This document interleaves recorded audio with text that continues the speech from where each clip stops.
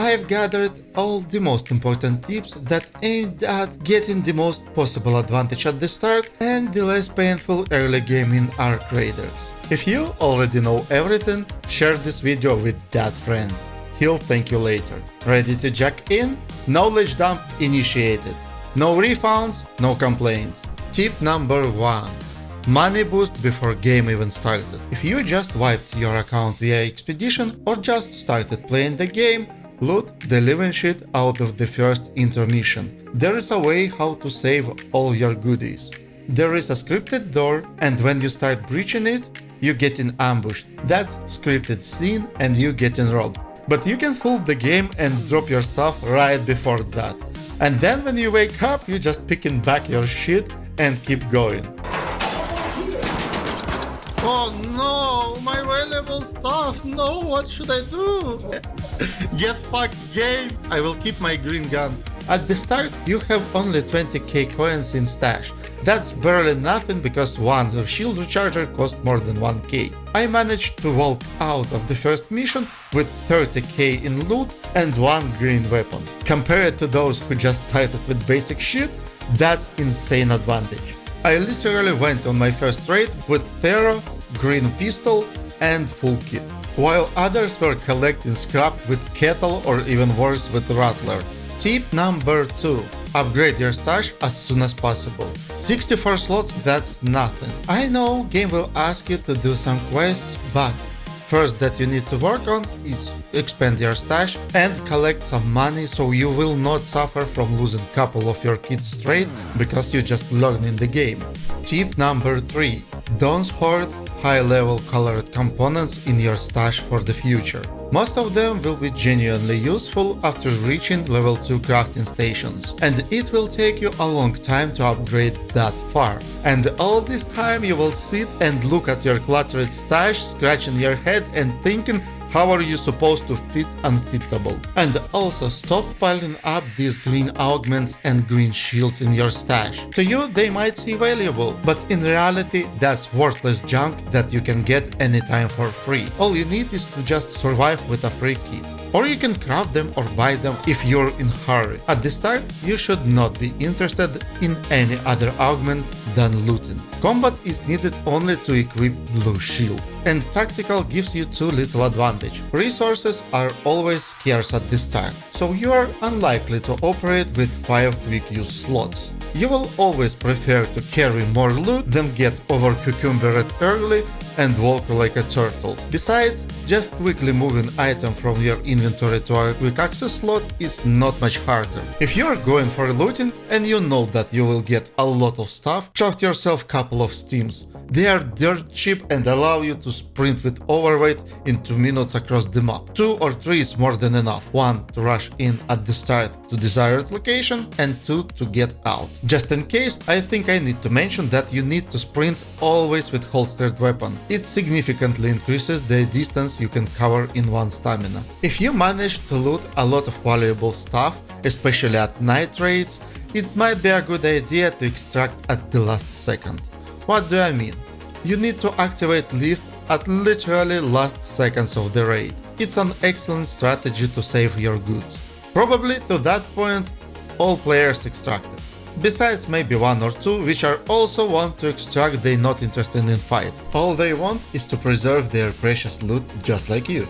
So the thing is, when timer goes out but lift is already on its way, you're not dying, you just wait until it arrives, press the buttons and bada bim bada boom, you're back in Speranza. Speaking of elevator, there is also one interesting mechanic. If extraction area is overcrowded with robots and bombardier crocodile flying above your head, you still can extract without a problem. All you need to do is to sprint towards the elevator button and press it, and survive as much as you can. For some reason, local machines are not interested to kill you. Instead, they prefer to knock you out and watch you suffering. So you can do a staring contest with them, and when the elevator finally arrives, just crawl in, press some buttons, and boom, you're back in Speranza. Sometimes unexpected players might finish you off, but most of the time you will be fine. Always have 2 weapons if you are aiming at survival. Early on, even if you had decent rifle, you are probably will not one-clip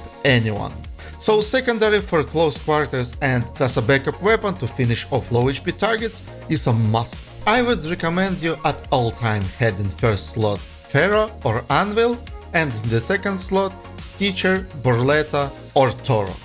That's the early game PvP meta guns. Kettle is tricky one, it's not good against Arc unless you know what you're doing. And Rattler, until it's upgraded to level 3 or level 4, gonna bring you more pain than pleasure. Almost all weapons I chose barely need any modifications. While the Pharaoh shoots faster at the level 4, it's typically used as opener, and then the Stitcher takes over, which by the way absolutely need extended magazine. Fortunately, it's quite easy to craft and it's very accessible from vendors. And the compensator would not hurt either. How to find out an item's value? When you open your inventory, you can see total cost of all your items. So when you're picking up a new item, just look how much does it change. Or if your inventory is full and you can't decide what to keep, just replace one item with another and see which one is more expensive. One big advice about skill tree. There is a lot of guides that says that you need to get field craft as soon as possible. But in my experience, you can easily go without it. It's all about resource economy. If I'm going into a raid, I'm definitely killing 1 or 2 arcs. And after killing them, I'm grabbing their cores and restore my armor with them instead of using green recharger. Green recharges I'm using only in PvP. Or if I had no other options. Same with the health. You can recycle some items to get basic clothes, put them into your quick slot access and heal back.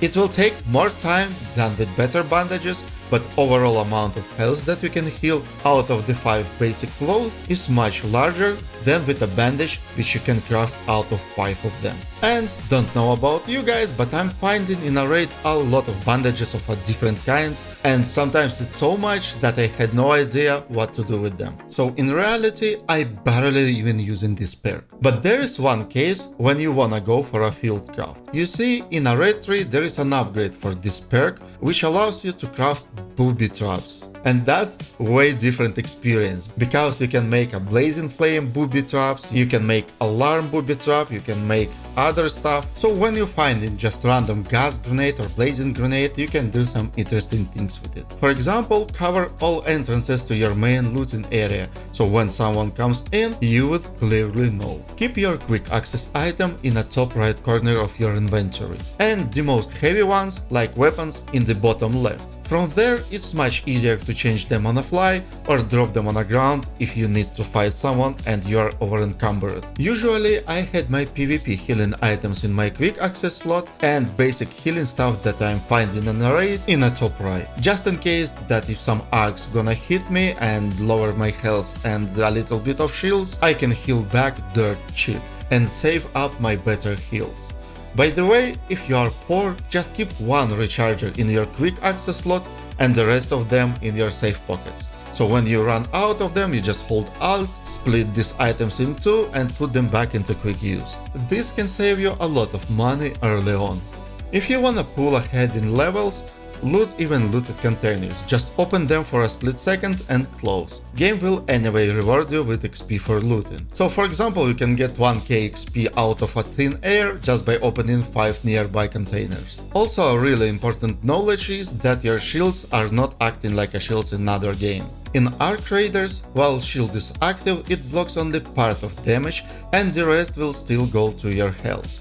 So if you had your shields but don't have health, you will die. Therefore, you will need to apply healing first and then pop a shield. No-brainer solution: if you had somewhat 30% of your health left, first bandage, then shield.